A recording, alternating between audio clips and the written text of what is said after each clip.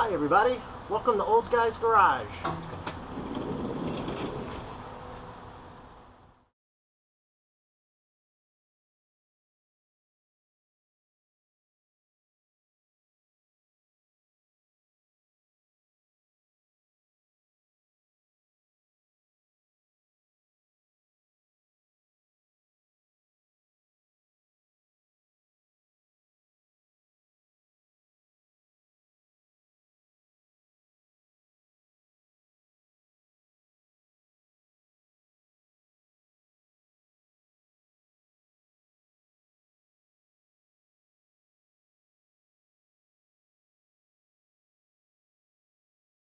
Okay everybody, to do the wood trim, so these are some of the tools I use. I use the pliers here on some of the small fittings, particularly on the back of the Cutlass emblem.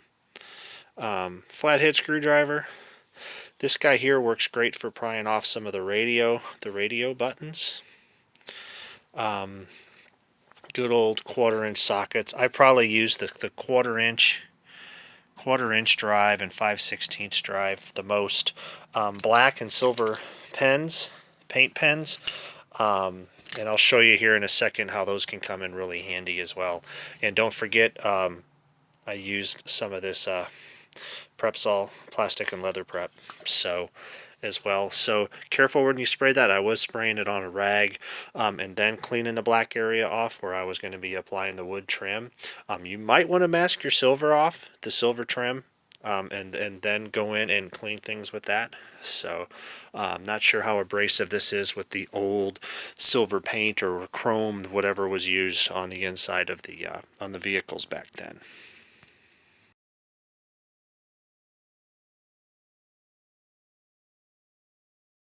First thing I'm doing, I'm going to take the hinge here off the glove box so I can get the glove box to drop all the way down. And this guy here is a... Oh, I can barely see it in here. I think it's 1/4-inch. So, but yep, let's go ahead and take these off and then we'll get to the emblem. Alright, so you can see I took the glove box door off. And now we have access to the to the two nuts back here that hold the emblem on. So we're going to go in there. Boy, oh boy, those look really, really tiny. So anyhow, let's get to it. So there's the emblem, and there's a little speed nut that was holding it on. So now what I'm going to do is Prepsol this, get the plastic ready, and then we're going to put the rosewood strip on. And one thing I am going to do to this rosewood, I got my sanding block here. I'm going to sand this edge back, and then I'm going to use a permanent marker or a black paint pen and paint it, because this veneer is backed with a metal, which is really good. Then that way it'll take maybe less of a chance of anything being visible other than the wood. You could see like down there's a faint line. I think once we sand it, paint it black, we'll be in good shape. Here you can see I got half of this piece, half of the edge painted in black, and then the other half not. So you can see the difference that it makes. Alright, now I'm going to use some Prepsol on this and wipe it down. Alright, so we peeled the backer away, and you can see it's definitely reinforced with metal. And that also has the glue on it. Now we're going to apply it. There's that gorgeous rosewood applied. And then what I'm going to do here, I just use my rag and I just push down on it just to get that glue to adhere a little more. Then we're going to put the emblem back on.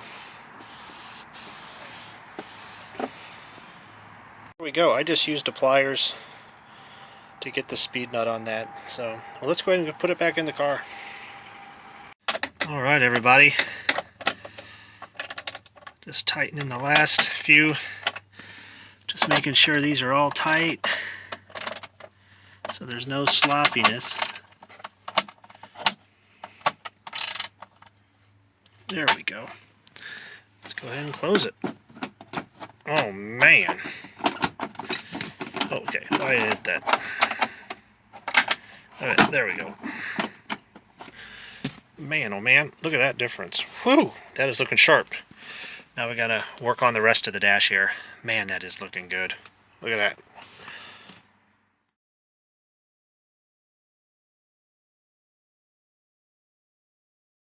So now I'm going to come to the driver's side here. We have to get this guy off as well as the plate. There's screws from behind, so my guess is I am going to remove this ductwork. Excuse me. And hopefully I can get my fingers up behind there. I really don't want to come through the gauges. So, but anyhow, look at that. Don't that look friggin' nice? Holy cow. Can't wait to see the rest of this up.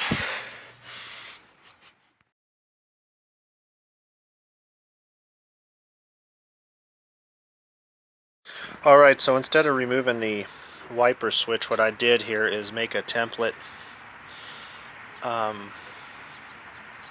with some copy paper and my pencil here on where the switch is. Everything else here is cut out around everything, so I'm going to go ahead and cut this guy out smaller and then work him in and fit him around the switch.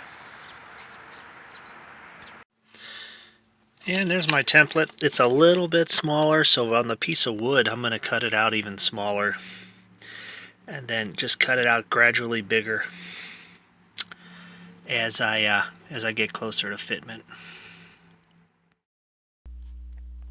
So here's a picture of the back of the dashboard some guy on classicoldsmobile.com was restoring, and you can see on the far right there with the 3 prongs, that is the windshield wiper control switch, and you can see the speed nut on the very bottom, and then it looks to be 3 other 1/4-inch nuts that actually hold the switch in. So and then there's a speed nut on the left as well. So if you're ever up and got your hands up underneath the dashboard feeling around, you kind of know what you're up against if you want to remove the trim piece, if not the switch, from the dashboard. Right, so there's the template I cut out. Use some blue tape, and then what I'm going to do is I'm going to take my drill and mark the 4 corners. That'll be easier to get these guys cut out. Get this cut out. Well, I got this cut out. I'm going to go dry fit it, and then I'm going to try to flatten it out as long as I'm done with the cutting. So, whew, that was tough. To bring up about this guy here is there's such small slivers of wood on the top and bottom. It's probably why they didn't cut this out of the wood trim. So I know I have a picture that I'm going to show you guys of the 2 nuts that attach from this plate. And you can probably get back there with an extension and a real small 3/16 1/8 inch star bit or something to undo those and pull this off. I didn't try to pull this off either. Partially, I didn't want to break anything. So anyhow, I think all in all, I think it looks really good. So this was, and if I had to recut this again, I would probably use a Dremel to help cut through the metal. So instead of a razor knife, because a razor knife, it just wasn't working. I mean, you really had to press down and through to cut into it. So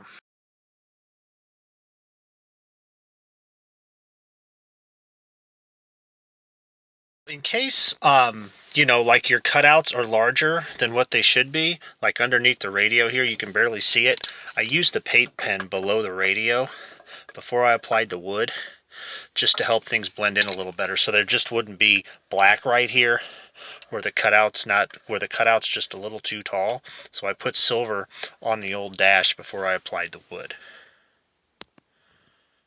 Cool thing about these knobs, these just pull off, and they're metal too, which is unreal. I mean, can you imagine where can you get a car these days where the knobs inside are metal? These are like metal. So these pry off with a screwdriver from behind, or you can use this guy here and just kind of slowly get around and work it.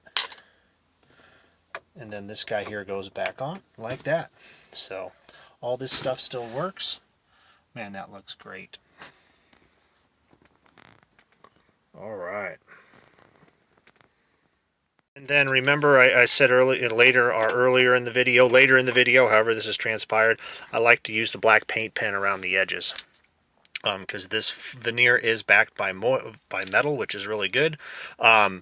If you use this guy here to paint the metal edges, it just might make them a little less noticeable. Looking good. Gonna do the steering wheel next. So check this out, guys. I think you're gonna like this. I think you're really gonna like this. Oh man, look at this. Oh, dude. Oh yeah. So I think this is gonna look really good in here. Oh yeah. Just doing some imagining. Just doing some dreaming. Alright.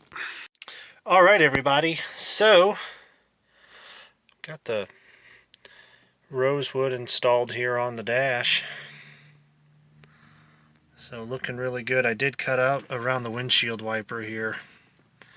So worked out okay. I probably got a little too overzealous trying to press things back in down there, darn it. But beyond that, I think this looks really sharp. It goes really well with the side panels in the door. So those look outstanding. Didn't do those. Those were in the car originally, so. But like dressing things up here with the wood. So anyhow, gonna start on a steering wheel here soon. Very happy how it turned out. I also have some chrome bead that goes up in here too, what I'm going to be doing soon. So stay tuned.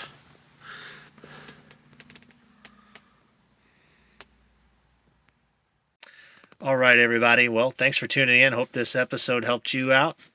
Just remember, whether it's a muscle car, classic car, race car, your dream car, let's keep them running, and we'll see you next time.